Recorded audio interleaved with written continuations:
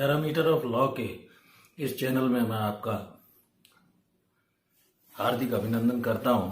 आज का वीडियो मैं गवर्नमेंट में जो शासकीय कर्मचारी हैं पेंशन संबंधी क्या प्रावधान है इस बारे में इस वीडियो में बतलाऊंगा। इसके पहले आपसे अनुरोध है कि इस वीडियो को जानकारी के लिए शुरू से अंत तक अवश्य देखें। इसके अलावा यदि आप इस चैनल पर नए हैं और आपने इस चैनल को अभी तक सब्सक्राइब नहीं किया है तो कृपया मेरे इस चैनल पैरामीटर ऑफ लॉ को यूट्यूब पर सबसे पहले सब्सक्राइब कर लें, जिससे आने वाले नए नए नोटिफिकेशन आपको प्राप्त होते हैं।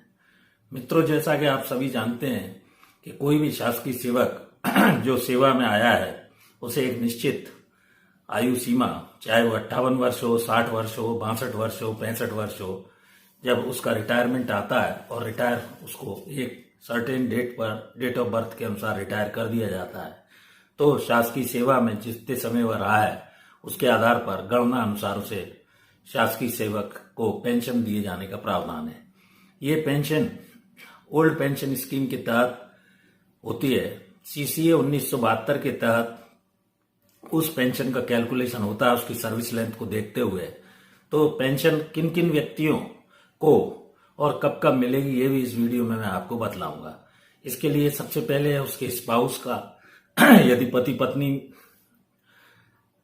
दोनों हैं और पति सेवा में है, पत्नी सेवा में नहीं है, तो सबसे पहले उसकी पत्नी को स्पाउस के रूप में उसकी मृत्यु, सरकारी कर्मचारी की मृत्यु के बाद पेंशन प्राप्त होगी।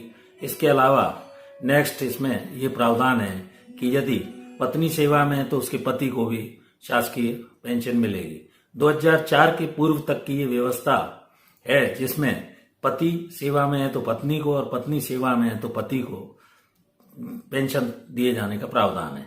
इसके अलावा उसके जो बच्चे हैं, बेटा है, बेटी है, एक सर्टेन एज तक उनको भी पेंशन दिए जाने का प्रावधान है।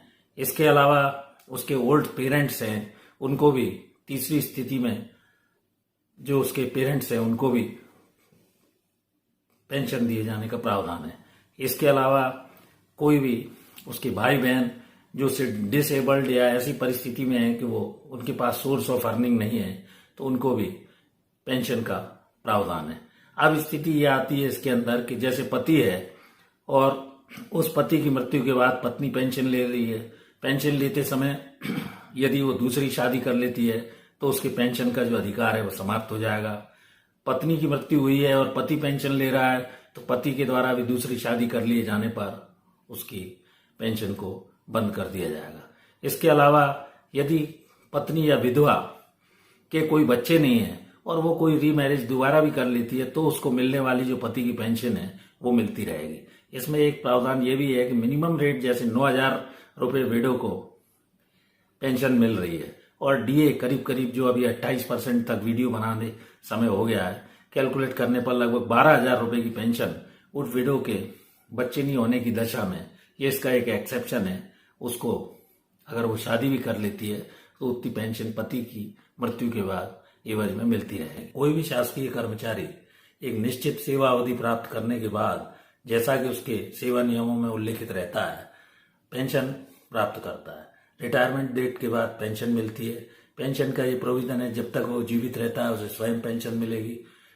उस सरकारी कर्मचारी की मृत्यु के बाद उसकी विधवा विडो को पेंशन मिलेगी तथा जो उसकी बेटी है उसको तब तक आजीवन पेंशन मिलेगी जब तक कि उसकी कोई शादी नहीं कर दी जाती है या वो विधवा है या डाइवोर्सी है।